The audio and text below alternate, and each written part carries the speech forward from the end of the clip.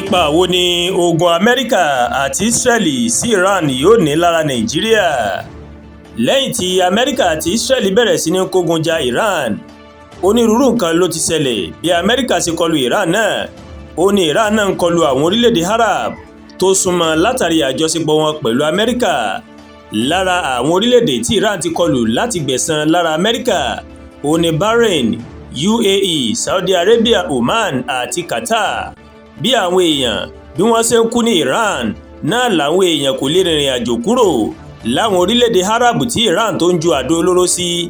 Ẹ̀wẹ̀, bó tilẹ̀ jẹ́ pé ọ̀pọ̀ ló gbàgbọ́ pé ogun yìí kò mọ̀ kan àwọn èèyàn Áfíríkà gbọ̀ngbọ̀n.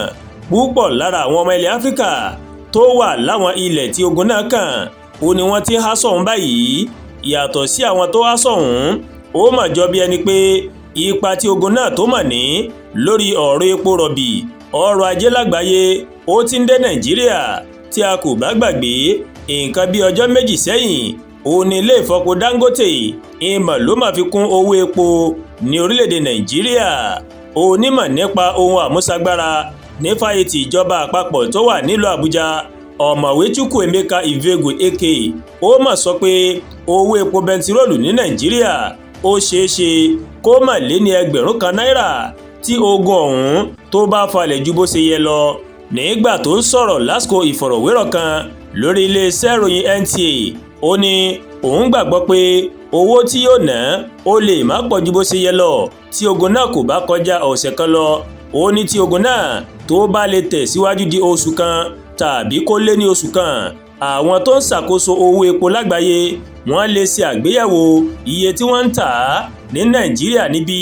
Ẹ máa múra pé owó epo yóò mà lé sí i. Kò sí ọgbọ́n tí a lè dá sí i, kò sì síwà tí a lè hù, owó epo máa lé sí i. Onímọ̀ mìíràn, ọ̀mọ̀wé Muda Yusuf, tó jẹ́ adarí àjọ tó ń ṣe àtìlẹ́yìn fún àwọn olókoòwò aládàáni CPPE, ó ní onírúurú ọ̀nà ìní ogun náà fi lè ṣe àkóbá fún Nàìjíríà. Ọ̀mọ̀wé ọ̀hún ó wá ṣàlàyé pé yóò máa ṣe àkóbá fún owó epo bẹntiróòlù, owó epo dísù àti owó epo ọkọ̀ òfurufú. Yusuf sọ pé ogun náà yóò tún ṣe àkóbá fún káràkátà stocks ní orílẹ̀-èdè Nàìjíríà. Nínú èrò rẹ̀, ó ní owó náà yóò mà lé sí i látàrí pé iléeṣẹ́ ìfọpo Dangote náà ń kó epo rọ̀bì láti ilẹ̀ òkèrè wọlé sí Nàìjíríà. Owó dọ́là ilẹ̀ Amẹ́ríkà ìlú sì fi ń ra epo ọ̀hún lágbàáyé. Nígbà tó ń sọ̀rọ̀ lórí ohun tí ìjọba lè ṣe kí ogun Iran kó má bàa pa ọmọ Nàìjíríà lára púpọ̀ jù, ó ní lára nǹkan tí wọ́n lè ṣe ni kí wọ́n pèsè àwọn ọkọ̀ ìgboro tí kì í lo epo bẹntiróòlù. Àmọ́ ó ló ṣeé ṣe kí owó lítà epo bẹntiróòlù kan kó tó 1,050 naira látàrí ogun náà. Ó wá ṣàlàyé pé èyí kò sẹ́yìn bí ilé ìfọpo Dangote bó ṣe ń kó lára epo tó ń fọ̀ wọlé sí Nàìjíríà láti ilẹ̀ òkèrè. Orílẹ̀-èdè Iran ó sì jẹ́ ọ̀kan gbòógì lára àwọn orílẹ̀-èdè tó ní epo bẹntiróòlù jùlọ lágbàáyé.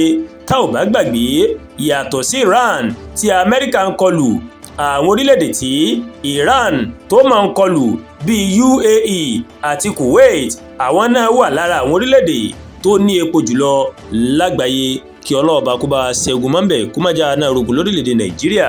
Àdúrà gba Olúwatóyìn ló ń kàròyìn sí létí o láti kàn ní Ẹ̀yà Yorùbá World TV. Bẹ́ẹ̀ ṣe ń wò wá, ẹ máa bá wa like, ẹ máa share, ẹ máa comment. Ẹ má tún gbàgbé láti bá wa subscribe sórí YouTube channel wa, kẹ́ wá bá wa tẹ notification bell láti lè máa wo ètò wa lọ́kọ̀ọ́jọ̀kan tó bá ti gorí ìkànnì yìí. Ẹ ṣé pọ̀ tán wò wá o. A kú ojúmọ́ ire, a kú ojúmọ́ ayọ̀, a kú ojúmọ́ dùnnú. Àánú Ọlọ́ọ̀bá rẹ̀ yóò fọ́nú ayé mi àti yín o. Àmín.